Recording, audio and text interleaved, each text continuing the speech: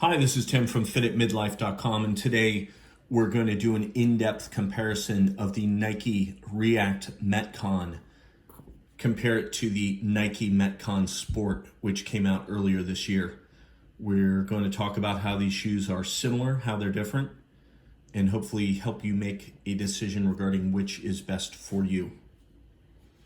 So first of all, we'll start with the React Metcon. This shoe came out recently and is based on the Metcon 5. So if we look at the outsole, this is identical to that of the Metcon 5. It has the same tread pattern. It uses a more supportive, durable rubber in the heel for stability, a grippier, stickier rubber up front for traction, just like the Metcon 5. There are preformed flex grooves to let this shoe flex more easily when you're doing box jumps, jumping rope, things like that. You can see the preformed flex grooves there. Those are in the drop-in midsole as well, which we'll look at shortly. And you'll also notice that the outsole material, which is very tough and durable, wraps up around the sides of the shoe. So this is what Nike calls the rope wrap. And this is meant to protect the shoe. This is where you would grip the shoe during a rope climb. You can see there's a tread pattern on there for grip, and it's quite large, but it looks pretty good, so that's okay. Not too many people climb ropes in my experience. I don't have a rope to climb, but it doesn't look too bad, and it's there if you need it. So another feature on the heel, you've got sort of this knife edge that if you were doing handstand push-ups, this will give you minimal friction, minimal wall drag. So you're not wasting energy as you slide your feet up and down the wall, letting you be more efficient. There is a heel cup on the inside. You can't see it, but it's pretty firm. And these are good shoes for weightlifting because they have a very stable heel and a heel cup that will not deform under heavy weight. So like squats, deadlifts, snatch, clean and jerk. You can do all those things in these shoes. The React Metcon, they've got this really nice rubber material on the heel. It's slick, it's durable, doesn't stain. It looks good. It says Metcon. Actually like that quite a bit. It's one of my favorite features on this shoe.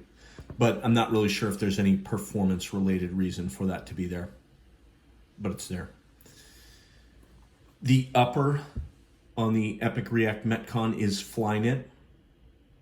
However, it's not classic Flyknit like you might find in a shoe like the Epic React Flyknit 2. The Flyknit knit in this shoe, it's yarn-like, stretchy, single layer, very thin, very lightweight, very durable. This feels like you were putting on a sock. It does. The Flyknit in the React Metcon is double layer of a sort. There's sort of an outer part and there's an inner liner. So you've got double the upper for one. That makes it heavier, doesn't breathe quite as well. And this doesn't have the same fit and feel as the Flyknit on that Epic React Flyknit running shoe. But it is still pretty nice. This is not all that, this upper is not all that different, in my opinion, from what's on the Metcon 5, which is also like a dual layer mesh. The Metcon 5 has haptic print on top of it, though this does not. The other thing is you can see kind of the shine here, like they've coated this or something with something. I don't know if it's to print that logo on there, but you don't see the shine on this side. You see it on this side, so I'm not really sure why that's like that or what the benefit of that is, but it kind of spoils the feel of the material and makes it look a little bit weird. So, just be aware that if you're out looking for a React type shoe, a React Flyknit shoe, this feels and looks very different than something like this React running shoe. The other striking feature here, there's no laces. We've got Nike's quick lacing system. This is convenient for sure. I actually like not having to tie shoes.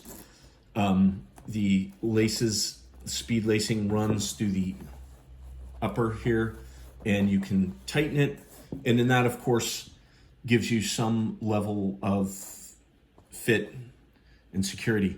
I mean, the other thing is this is a fly knit shoe. It's a slip fit style shoe. You know, it's meant to be a tight fit. They give you a pull tab on the heel so you can put it on more easily. And it's, you know, meant to feel a close fit and feel.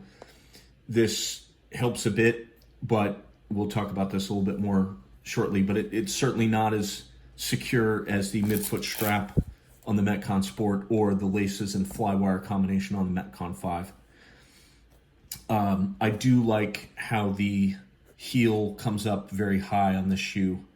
That works very well for my foot, whereas the Metcon 5, it doesn't come up high at all, and that feels weird on my foot. It makes my foot constantly feel like it's going to pop out of the shoe, but that other people don't complain about that, so that might just be the shape of my foot.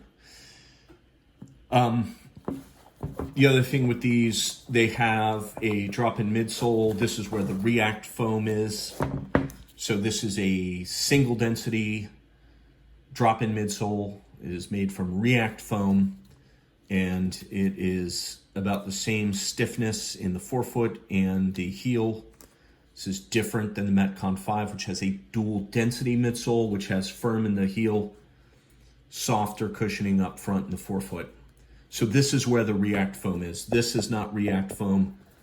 That is the regular tough outsole of the Metcon 5. This drop-in, this thin slab of React is where the shoe gets its React performance from. And so we talked about this in depth in another video, but the consequence of that being the rubber outsole, the Metcon 5, that relatively thin piece of React foam, it does not feel like a React running shoe does. This is a very thick piece of React foam. This entire outsole is made from React foam. It's one piece. There is a small, very thin insole, but it's not much. And you get much more of the React experience in a shoe like this, the Epic React Flyknit 2, as compared to the React Metcon. So just be aware of that. If you hear React, you hear Flyknit, and you think this is going to feel like this, you are mistaken. It does not. This is heavier. It doesn't have the energetic rebound that a React running shoe does. And I have deeper thoughts on that posted in a separate video. These feel more like a Metcon 5 than they do feel like a React running shoe, to be honest. But they look good. They work well for the most part. They're not a running shoe. And I have a few gripes about the stability of what you can do with the quick lacing. So that's the React Metcon. Let's look at the Metcon Sport.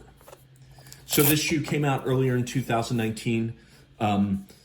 I really like these shoes.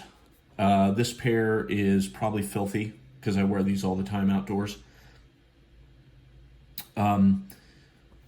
These have a more aggressive tread pattern than any of the other Metcon shoes, with the exception of the SF. The SF is more like a boot than a sneaker. And this is, the Metcon Sport is meant to be the agility shoe, and it's meant to work outdoors and on turf and things like that. So this is a deeper tread than you get on the other Metcon shoes. So just comparing the two there. It's pretty durable. There's not really a rope wrap section per se. You've got kind of a little bit of wraparound, but you know, these aren't rope climbing specialist shoes. The heel is pretty traditional. You don't get the kind of the knife edge, minimal drag thing that you do with the TPU on the React Metcon. You do get pull tabs on the heel and the throat of the shoe for putting it on. This is a slip fit shoe with no laces, with this really stretchy, comfortable material. This, like the React Metcon, this is some kind of like dual layered type material as well, so it's pretty heavy. Again, neither are as light and comfortable as this true Flyknit that's in this React Flyknit 2 shoe. Again, this is like wearing a sock. Literally, neither of these is like wearing a sock, but it is very comfortable and pretty durable. You can see they've got some reinforcement along the edge of the shoe and things like that. So in profile, the two shoes are pretty similar. They're kind of a slip fit, no laces, but the killer feature on the Metcon Sport is this midfoot strap. So whereas the React Metcon never quite feels secure enough, the strap makes the hook and loop here, makes all those problems go away in the Metcon Sport. You can secure this quite well with that strap, and it makes all the difference. The other features of the Metcon Sport, the drop-in midsole has a very tall cup. And so again, this is the agility Metcon shoe. So if you're cutting side to side, this comes up higher so that stays put better on your foot and things like that.